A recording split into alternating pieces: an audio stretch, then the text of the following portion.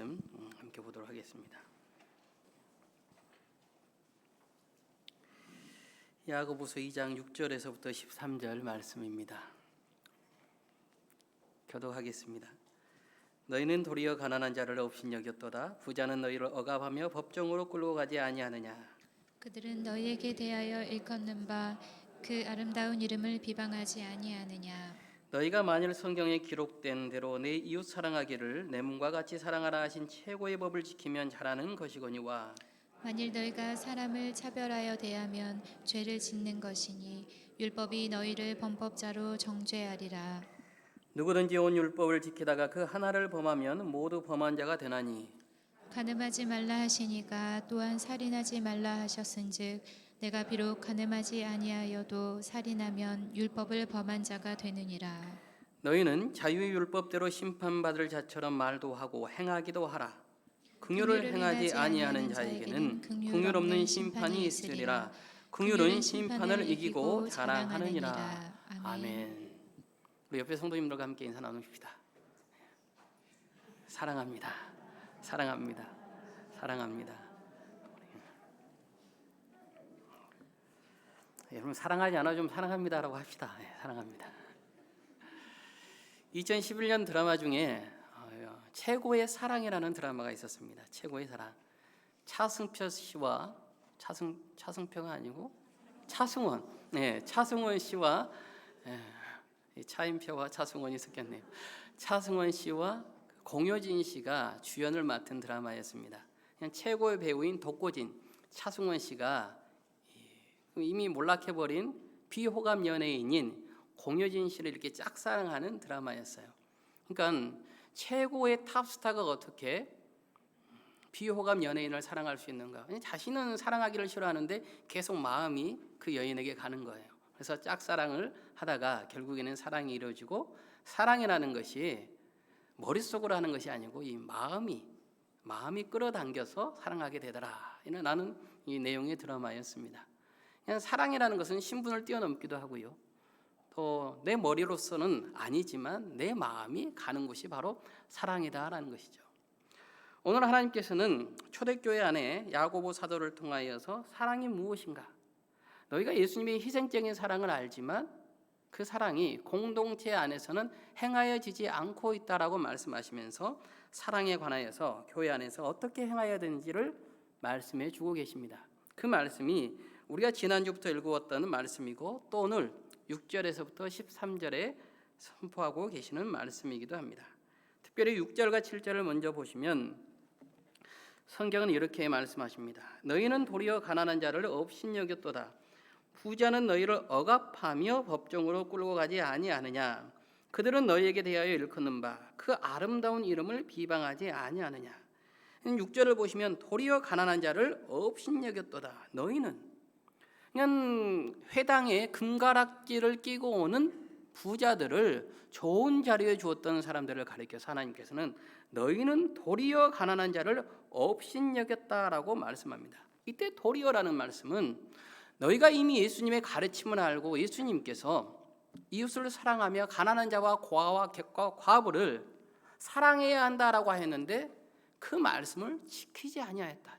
예수님의 가르침을 너희가 행하지 않고 여전히 세속적인 세상적인 계산의 방법으로 교회 안에서도 돈 많은 부자들을 높여주었다, 차별하였다라고 오늘 성경은 말씀하고 있죠. 그런데 그 부자들은 너희를 억압하며 법정으로 끌고 간다. 너희들을 이용할 뿐이지 언제 너희들에게 진정한 마음을 열어놓고 함께 공감을 나누며 생활하였느냐라고 오늘 말씀하고 계시는 겁니다. 그러면서 7절을 보시면 너희에게 대하여 일컫는 바 그 아름다운 이름을 비방하지 아니하느냐. 이때 여러분 비방이라는 말씀은 신성모독을 말씀하는 겁니다. 오늘 우리가 읽었던 성경 말씀이 대단히 부드러운 것 같은데 아주 엄한 말씀입니다. 너희들이 교회 안에서 여전히 차별하고 사랑을 나누지 않는다면 너희가 예수 그리스도의 말씀을 따라 행하지 않을 뿐만 아니라 도리어 신성을 모독하는 죄를 짓고 있다라고 성경은 선포하고 있는 겁니다.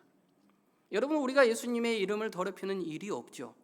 그런데 사랑을 전하지 않으면 성경에서는 그것이 바로 아름다운 이름을 비방하는 신성 모독의 죄다라고 선포하고 계시는 거예요. 주님께서는 공생의 기간 동안 가장 가난한 자들과 낮은 자들과 어떤 자도 차별하지 아니하고 주님께로 오는 모든 자들을 받아들였습니다. 특별히 누가복음은 고아와 객과 과부에 관하여서 그들을 주님께서 어떻게 사랑하셨는지를 더 자세히 말씀해 주고 있습니다.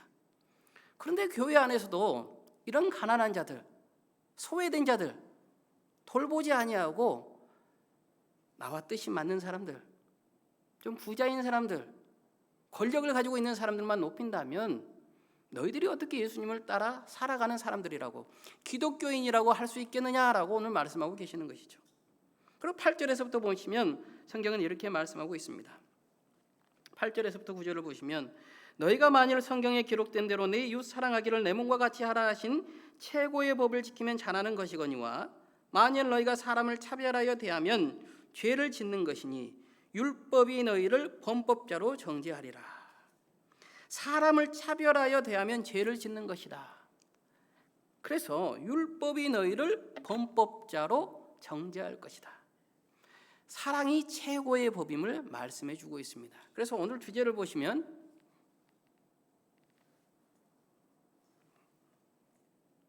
율법의 또 다른 이름 사람이 아니고 사랑입니다.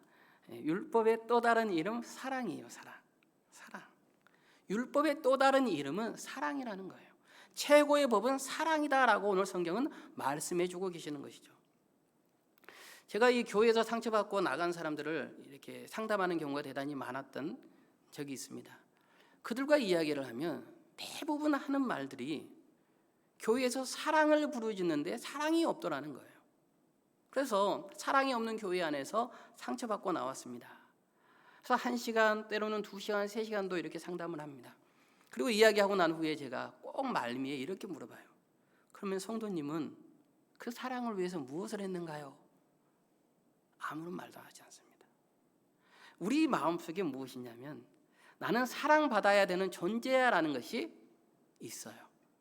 그냥 나는 사랑 주는 존재가 아니고 사랑을 받기만 원하는 존재임을 계속 느끼고 있는 것이죠. 여러분, 홍수가 나면 마실 물이 없다라는 이야기가 있습니다.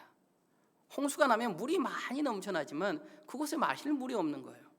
그러니까 교회 안에서도 사랑을 이야기하지만 사랑이 넘쳐나지만 진정한 사랑이 보이지 않는다라는 거예요. 왜일까요? 왜 그렇겠습니까? 오늘 하나님께서는 가장 최고의 율법, 가장 최고의 법은 사랑이다라고 말씀해 주는데 왜 교회 안에서는 그 사랑을 우리는 느끼지 못하느냐는 거예요. 내가 사랑받으려고만 하기 때문이에요. 우리는 사랑을 받는 존재인 동시에 또 사랑을 주어야 하는 존재라는 것을 잊지 마시길 바랍니다. 남의 사랑만을 받기를 원하시지 마시고 하나님의 사랑만을 받기를 원하지 마시고 내가 사랑을 주어야지. 그래, 내가 진정 사랑을 통하여서 예수 그리스도의 가르침을 따라 살아가야지. 이런 마음가짐이 우리에게 있어야 되는 것이죠. 그래서 8절에서 너희가 만일 성경에 기록된 대로 내 이웃 사랑하기를 내 몸과 같이 하라 하신 최고의 법을 지키면 잘하는 것이다. 성경을 보시면 레위기 19장 18절에서 보시면 원수를 갚지 말며 동포를 원망하지 말며 내 이웃 사랑하기를 내 자신과 같이 사랑하라. 나는 여호와이니라. 또 마태복음 5장 43절을 보시면 또 내 이웃을 사랑하고 내 원수를 미워하라 했다는 것을 너희가 들었으나 마태복음 22장 37절에서부터 40절 말씀을 보시면 이렇게 예수님께서는 말씀하십니다. 예수께서 이르시되 내 마음을 다하고 목숨을 다하고 뜻을 다하여 주 너의 하나님을 사랑하라 하셨으니 이것이 크고 첫째 되는 계명이요 둘째도 그와 같으니 내 이웃을 내 자신같이 사랑하라 하셨으니 이 두 계명이 온 율법과 선지자의 강령이니라. 여러분, 이 사랑의 법을 어긴다라는 것은 하나님의 명령을 어기는 것이고 더 나아가서 신성 모독의 죄를 넘어서서 기독교를 등지는 행위라는 거예요. 사랑이 얼마만큼 중요한지 오늘 하나님께서는 야고보 사도를 통해서 초대교회 안에 그리고 오늘 우리들에게 말씀해 주고 계시는 것이죠. 기독교는 사랑 그 자체입니다. 하나님은 사랑이시라. 하나님 안에서 사랑을 빼어버리면 아무것도 남지 않는 거예요. 우리가 하나님을 알아간다는 것은 그 사랑을 알아가는 것이잖아요. 그 사랑을 알아가는 거예요. 그래서 10절에서부터 13절을 보시면 누구든지 온 율법을 지키다가 그 하나를 범하면 모두 범한 자가 되나니 간음하지 말라 하시니가 또한 살인하지 말라 하셨은즉 내가 비록 간음하지 아니하여도 살인하면 율법을 범한 자가 되느니라. 너희는 자유의 율법대로 심판받을 자처럼 말도 하고 행하기도 하라. 긍휼을 행하지 아니하는 자에게는 긍휼 없는 심판이 있으리라. 긍휼은 심판을 이기고 자랑하느니라. 여러분, 이 자리에 앉아있는 우리들 중에 간음하는 자 없을 겁니다. 살인하는 자 없을 겁니다. 그런데 하나님께서 간음하지 말라 하시고 살인하지 말라 하셨다는 말씀을 잘 우리가 행하지만 사랑하라는 말씀을 행하지 아니하면 우리가 율법을 범한 자가 된다는 거예요. 하나님의 말씀을 범한 자가 된다는 거예요. 그러므로 긍휼, 하나님의 그 사랑을 따라서 우리도 행하라라고 오늘 성경은 말씀하고 있다는 겁니다. 사랑이 얼마만큼 중요한지 오늘 야고보 사도를 통해서 2장 6절에서부터 13절에 하나님께서는 대단히 엄하시게 강하게 선포하고 있습니다. 왜냐하면 교회 안에 사랑을 빼어버리면 모든 것이 기독교적인 능력을 나타내지 못하기 때문이에요. 그래서 교회 안에는 사랑이 있어야 되고 그 사랑을 따라서 행해야 한다는 것입니다. 그것이 바로 우리 교회의 사명이기도 하고 우리 교회의 모든 반석의 기틀이 되는 것이기도 합니다. 여러분, 우리 서로 사랑하는 우리 모두가 되시기를 주님의 이름으로 축복하고 기도합니다. 그렇다면 이제 우리가 어떻게 사랑할 수 있느냐는 거예요. 어떻게? 하나님의 말씀에 따라서 우리가 사랑해야 하는 것은 아는데 왜 내 마음속에는 살인하지 않고 간음하지 않지만 사랑하고 싶지만 왠지 비판이 먼저 되고 차별하지 않으려고 하지만 나도 모르는 사이에 차별하고 있는 내 자신을 발견하게 된다고요. 어떻게 하면 나는 사랑할 수 있을까? 정말 사랑이 중요하다라고 생각하는데 하나님 말씀에서 사랑하라라고 하는데 어떻게 하면 사랑할 수 있을까? 여러분, 그러기 위해서는 예수님의 말씀을 우리가 다시 한번 잘 들여다볼 필요가 있어요. 예수님께서 이웃을 사랑하는데 어떻게 사랑하라고 말씀하십니까? 내 몸과 같이 내 자신을 사랑하는 것처럼 이웃을 사랑하는 거예요. 그래서 첫 번째는 여러분, 우리가 사랑하기 위해서는 내 자신을 사랑할 수 있어야 됩니다. 나를 사랑해 본 사람만이 이웃을 사랑할 수 있는 거예요. 근데 나를 사랑한다는 것은 나에게 좋은 옷을 주고 내게 좋은 것을 먹이는 것이 아니에요. 내가 좋은 것을 먹고 좋은 옷을 입으면 사랑한다는 것이 아니고 내 안에 있는 컴플렉스, 열등감을 성령의 은혜로 치유해야지만 우리가 진정으로 내 자신을 사랑하는 겁니다. 우리 마음속에는 각각의 하나의 컴플렉스들이 있어요. 열등감이 있어요. 이 모든 것들이 처음에는 괜찮은데 내 마음에서 어떤 일들을 결정하려고 할 때 내 심리적에 영향을 끼치기 시작합니다. 그래서 여러분, 우리가 차별하지 않으려고 하지만 나도 모르는 사이에 차별하고 있어요. 비판하지 않으려고 하는데 나도 모르는 사이에 비판하고 있어요. 왜냐? 내 안에 열등감, 컴플렉스가 작용하는 거예요. 그래서 평소 때는 정말 양과 같이 온순했던 사람이 별것 아닌 말에 버럭 화를 내는 경우가 있습니다. 왜냐하면 그 사람의 열등감과 그 말이 부딪힐 때 버럭 하면서 화를 내게 되는 것이죠. 그래서 이 컴플렉스를 가장 많이 가지고 있는 부류 중에 하나가 사실은 앞에 있는 누구겠어요? 목사님들입니다. 저도 그랬어요. 저도 여러분께 말씀을 드린 것처럼 이 다른 목사님들의 설교를 보고 있노라면 여러분 매일 비판했다고요. 그래서 TV도 CBS, CTS 또 굿TV까지 설교 방송을 다 보면서 비판하고 있다고요. 왜요? 내 안에 열등감이 치유받지 못했기 때문이에요. 야, 저 목사님이 저래서 설교가 틀렸고 이 목사님은 또 이렇게 설교를 해서 틀렸고 어떻게 저 목사님 저렇게 말을 할 수 있는가? 다 틀린 거예요. 나만 옳은 것이죠. 내 안에 열등감이 있던 거예요. 그래서 제가 그것을 발견하고 난 후에 이제 고치기 시작합니다.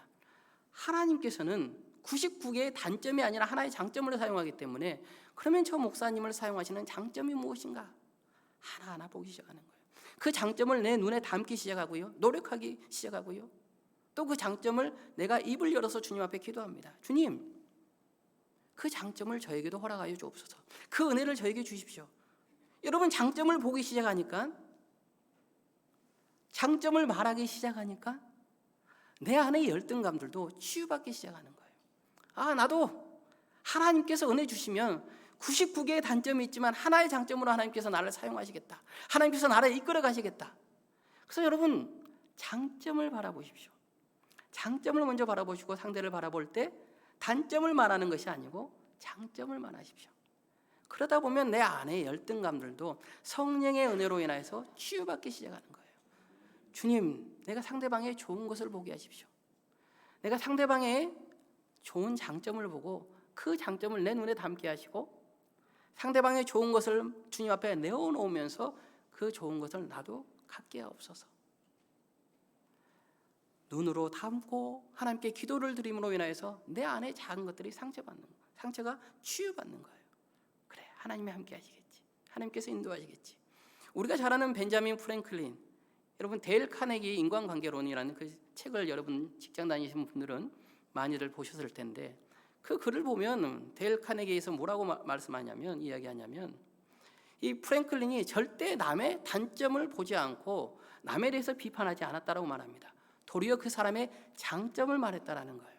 왜냐하면 여러분, 단점을 누가 가장 먼저 봅니까? 내 눈이 내가 가장 먼저 보는 거예요. 단점을 누가 가장 먼저 이야기합니까? 내 입으로 말하면서 내가 듣는 거예요. 그러나 장점을 보면서 내 눈에 담는 것이고 장점을 말하면서 내가 다시 듣고 내가 그 모습대로 변화해 간다는 거예요.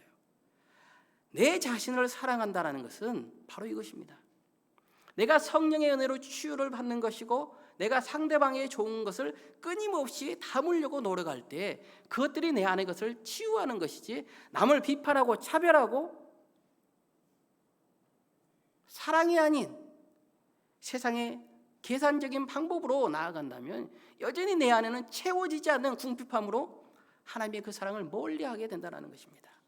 그래서 여러분, 우리가 먼저 내 자신을 사랑할 수 있는 성령의 은혜로 치유받고 또 상대방 속에서 귀하고 아름다운 하나님의 형상을 받아들이면서 내 자신을 사랑하며 치유받는 귀하고 복된 하나님의 사람들이 되기를 바랍니다. 두 번째는 바로 입장을 바꾸어 생각해 보아야 한다는 거예요. 입장을 바꾸어 생각해 보는 거.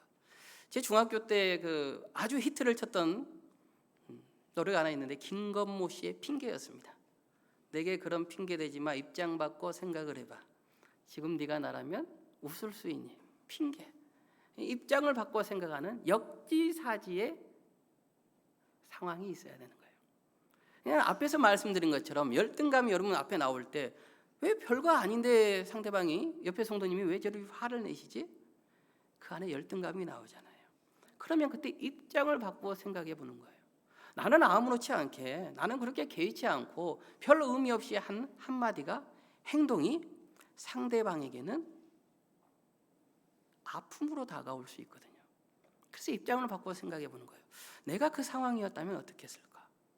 전부 다 이해는 되지 않겠지만 그럴 수 있었겠다. 그럴 수 있었겠구나. 그래, 내가 좀 더 조심해야겠구나. 그러면 어떻게 해야 되지? 먼저 가서 손 내미는 것이고 내가 이렇게 해서 미안했네 라고 말할 수 있는 것이죠. 입장을 바꾸어 생각하는 역지사지의 사고가 있어야지만 우리는 공동체 안에서 서로 사랑할 수 있습니다. 공동체는 모두 다 한 명 한 명이 하나님의 형상이지만 믿음 외에는 모두가 환경과 생각과 살아왔던 것들이 다르기 때문에 입장을 바꾸어 생각할 때 우리는 서로를 이해하고 다름을 인정할 수 있게 되는 것이죠. 특별히 여러분께 더욱더 주의 드릴 말씀은, 여러분은 우리 공동체 안에서는 그러지 않겠지만 이러는 경우들이 있어요. 내가 당신을 생각해서 하는 말인데 라고 사람들이 많은 곳에서, 구역원들 다 모여 있는 데서, 기관장들, 기관원들 다 모여 있는 데서 이야기하는 경우 있습니다.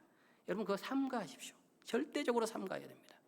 아무리 좋은 말일지라도, 꼭 필요한 말일지라도, 신앙에 있어서 그 말이 유익이 될지라도 여러분 상대를 생각한다면, 상대를 사랑한다면 사람들이 모두 다 모여 있는 곳에서 이야기하는 것이 아니고 1대1로 말씀하십시오. 1대1로 만나서 이야기하십시오.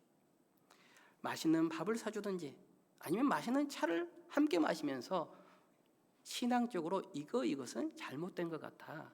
집사님, 이 부분은 좀 고치셔야 될 것 같아요. 성도님, 이 부분은 좀 고치고 우리가 공동체를 위해서 더 힘써 기도하며 나아갑시다.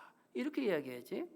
기관원들 다 모여 있는데, 구역원들 다 모여 있는데 내가 보기에 성도님은 이거 잘못된 것 같아라고 말하면 여러분 어떻습니까? 아이고 감사합니다 그러겠어요? 내가 틀린 것 알지만 어떻게 그렇게 말을 할 수 있어? 라고 도리어 관계가 어색해질 수 있습니다. 그래서 우리가 서로 사랑한다라는 것은 존중하는 것이고, 내가 그 상황 속에서 말을 들으면 어떠할까? 한번 입장을 바꿔 생각해 보는 거예요. 그렇다면 이왕 좋은 말일지라도 1대1로 만나서 얼굴을 보면서, 또 문자로 하지 마시고 전화로 하지 마시고 얼굴을 보면서 서로 웃는 얼굴로 이야기하는 거예요.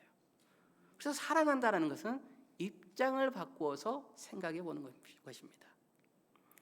그렇다면 이제 중요한 것은 무엇이냐면, 여러분, 이제 사랑의 우리가 상태에 어떻게 다가갈 수 있는가인데, 그럼 세 번째는, 그럼 사랑은 무엇이냐는 거예요. 사랑은 무엇인가? 우리는 어떻게 하면 사랑을 받는 존재인 동시에 사랑을 줄 수 있는가? 제가 제 아내와 참 뜨겁게 연애를 했습니다. 참 많이 사랑했어요. 그래서 아내를 보고 있는데, 그 당시에 자매인데도 보고 있는데도 보고 싶어요. 여러분 얼마나 사랑을 했는지, 보고 있는데도 보고 싶어요. 그래서 이제 결혼을 하게 됐죠. 결혼을 하니까 정말 뜨거웠던 열정의 사랑이 다 식어버립니다. 없어요 이제. 그런데 무엇이 남아있냐면, 내가 이 사랑하는 여인을 먹여 살려야 하는 책임이 있는 거예요. 그리고 이 사랑하는 여인과 사이에서 아이가 태어났어요. 아이가 태어나서 막 까르르 막 보고만 있어도 배가 부르는데, 나는 배가 부르는데 아이는 어떻게 합니까? 아이 우유 사 먹여야 되죠. 아이 기저귀 갈아줘야 되죠. 아이를 키워야 하는 책임이 있는 거예요. 그래서 여러분, 사랑은 책임입니다. 책임이에요. 사랑이라는 것은 책임이에요.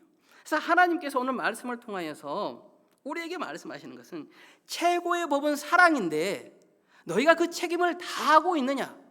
너희가 말로는 하나님을 사랑합니다, 저는 살인하지 않고 간음하지 않고 저는 예배를 잘 드리고 말씀을 읽고 있습니다라고 하나님께 기도한다라고 하지만, 너희는 그 사랑의 책임을 다 하고 있느냐라고 우리에게 물어보고 계시는 거예요. 그래서 사랑은 책임이에요. 내가 옆에 있는 성도님을 책임지고 나가야 될 의무가 있는 것이죠.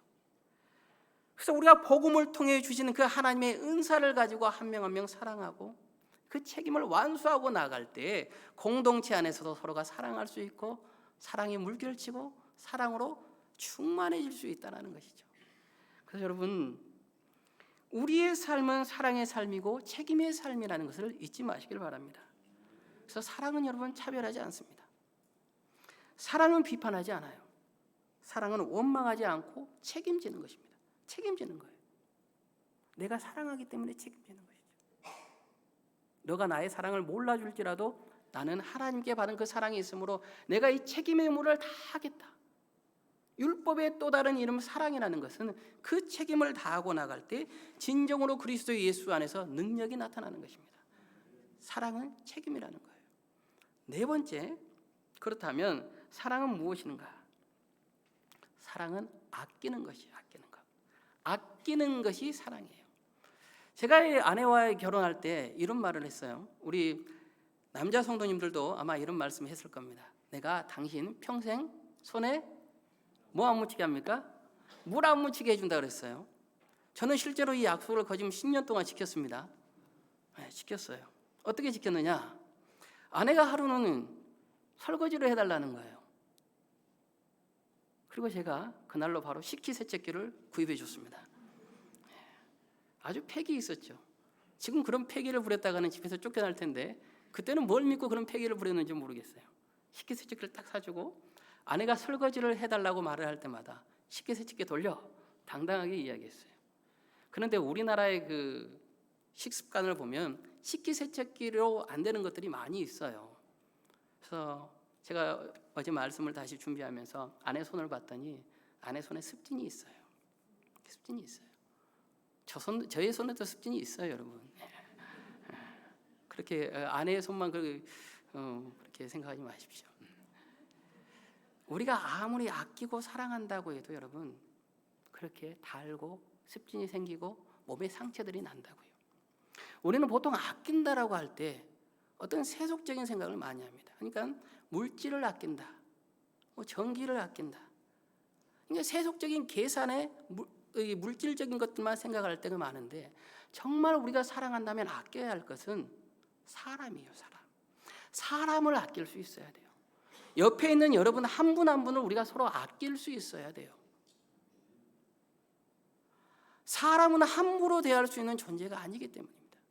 우리가 한 명 한 명이 하나님의 형상이라는 것은 내가 그를 정말 주와 같이 대접을 하는 것이고 주와 같이 섬기는 것이고 예수 그리스도처럼 아낄 수 있는 것이야말로 사랑이라는 것이죠.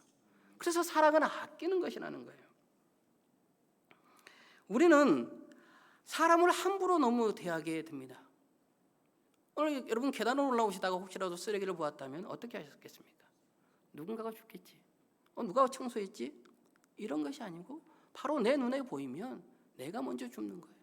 그런데 우리는 누가 책임지는 사람이 있겠지, 맡은 사람이 알아서 하겠지, 내가 안 해도 누군가가 하겠지라고 생각하는 것이 우리들의 사고예요.